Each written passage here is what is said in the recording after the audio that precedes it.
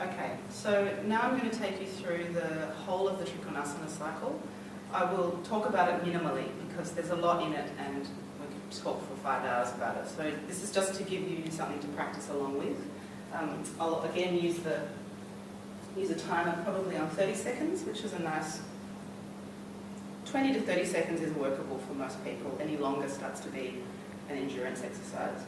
So Trikonasana, you begin with a T shape at the feet. That's one way to remember it.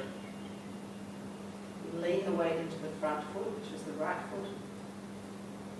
And we step back far enough, but not too far. And the foot's still square with the mat at this point. You'll understand why. And we work the foot like this to help wake up the inner leg. It's not what the final thing looks like, but this foot is off. The little toe's off. Everything's off except the ball of the foot. And I can then very intentionally place the middle of the heel down and the leg's corrected. The leg is in a good spot. In Vijnana, we work with a slightly bent front leg. I won't explain that now, but that's just what we do. It's intentional.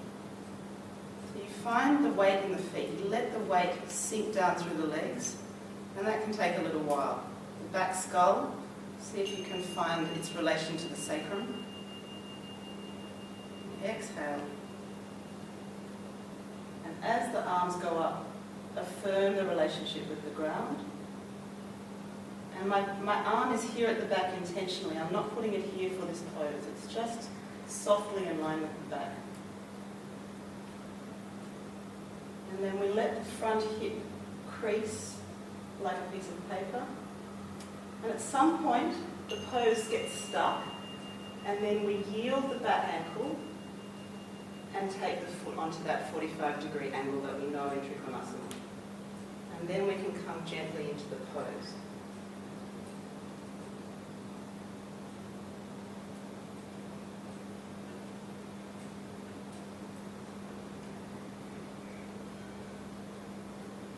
You can also practice with the hand here if your weakness is the legs and controlling the center.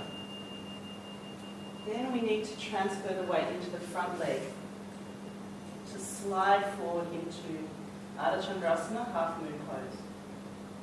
So we work the toes a whole lot. This is the same pose tipped on its end, so everything else applies. The hand could be here, or it could be in line with the back. You respect the back's complete line from the spine out to the fingers. And then only if the torso moves does the arm accompany it. Ardha Chandrasana. And then we come down. We can get a little bit of our balance back in case we're wobbly. And the pelvis goes square now. It squares up to the floor. We find the lower belly.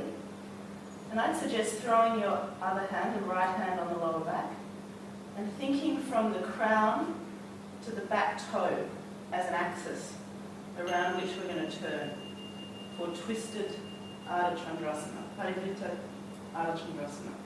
Swivel around that axis using the belly, not so much collapsing this left hip. That's not the plan. Inner leg's working very hard on the standing leg. If you don't enjoy these poses, often the inner leg's too weak.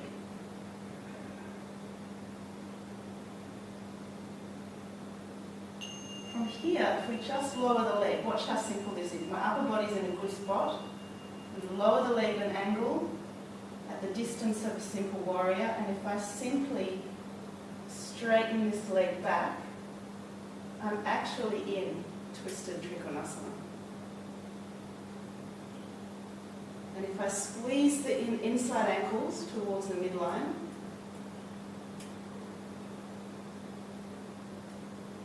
pose stabilizes pretty well. Come up a little bit here before you twist front. And then as if you've got your hands on big cushions, push down. Do it like Tai Chi. So now the legs are straightening up a little bit, but they still have a pliancy. The hands have to then go back in two parallel lines and not separate. It's quite strenuous actually. Scoop the fingers down. Then we're going to make 2 little bunches out of the fingers and turn them up very far, placing them between the shoulder blades, and then turn the hands around if the wrists tolerate it. Don't push this, it's not worth it. Then you're in Namaste 2, and we're going to do a little bit of a back bend, which means we go down into the legs. Back bends are all leg work. Because we're going down so far, we can let the sternum lift. The bottom teeth can lift. You can do a safe back bend. And then the skin of the right belly meets the skin of the right thigh. Trikonasana. And the legs are straight for this if possible.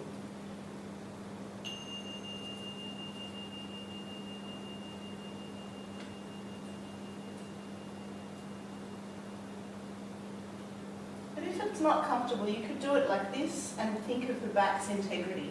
Or bend both legs with awareness, and again, think of the quietness in the back. This may not be possible at the start. Bend the front knee. We're moving now into Ekapada Uttanasana, single-legged Uttanasana. Don't release the hands until the leg's actually up. And then working the toes, inwardly rotating the upper leg a lot, so that the buttock on the left side can turn off. Use a lot of inner leg on the lifted leg.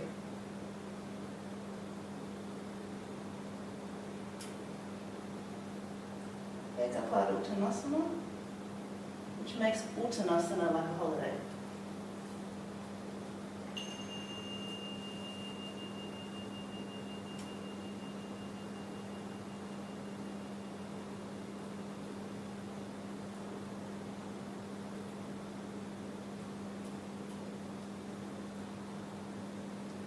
Come out very carefully.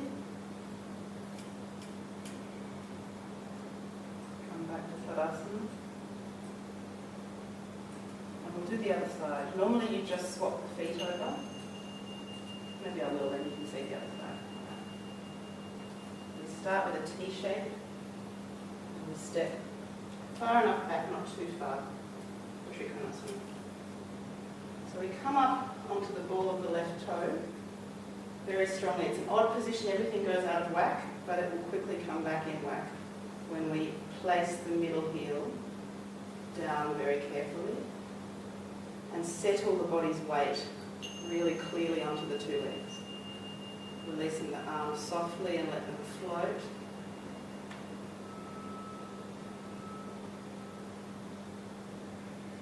And then if we let the crease come into the front hip, feel when the body's a little bit blocked, and then slide the back leg further and find a very simple Trikonasana that doesn't collapse into the joints.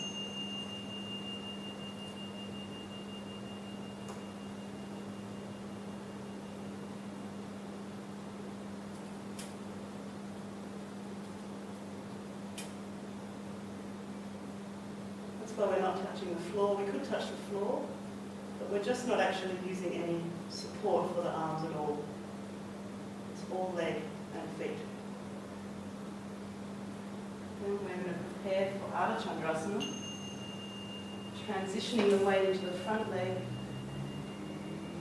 and tipping the pose on its end. It's the same pose.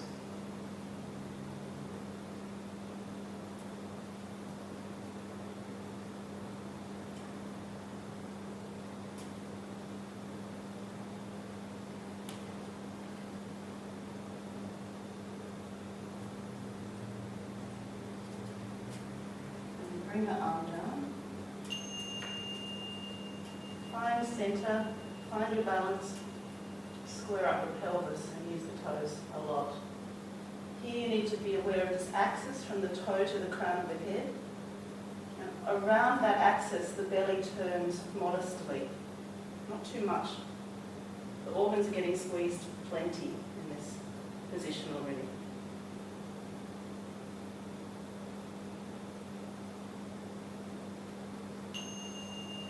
in a good position for twisted Trikonasana if we just lower the back toe, find 45 degrees in the foot, and then gently straighten the front leg. We can come into twisted Trikonasana.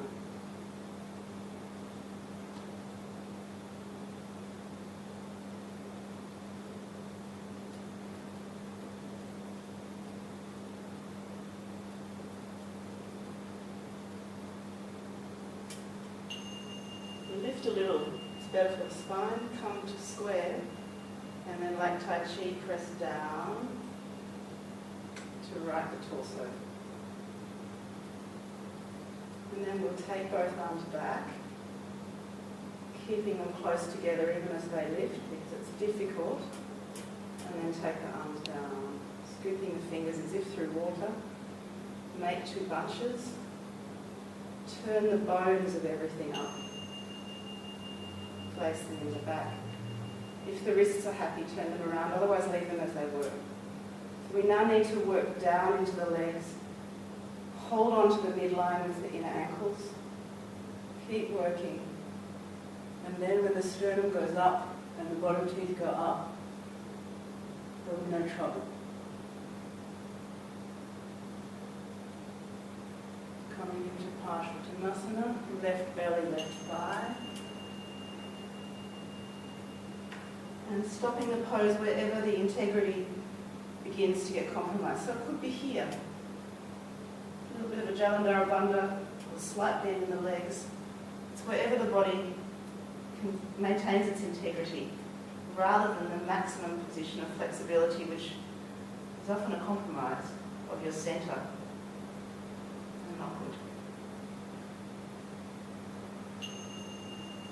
Lean into the front leg. It's again a transitioning of the weight. Only when the feet float do we let the arms flop down easily. And then we work into the toes, inwardly rotating the back leg so the buttock switches off, as in the glute max switches off. Working the inner leg mostly. Ekapada Uttanasana.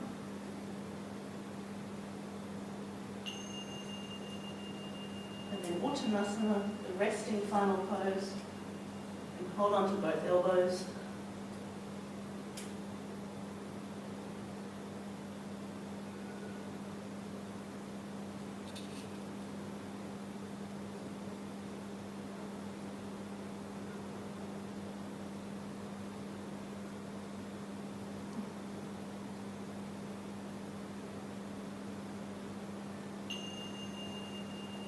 Finishing Uttanasana.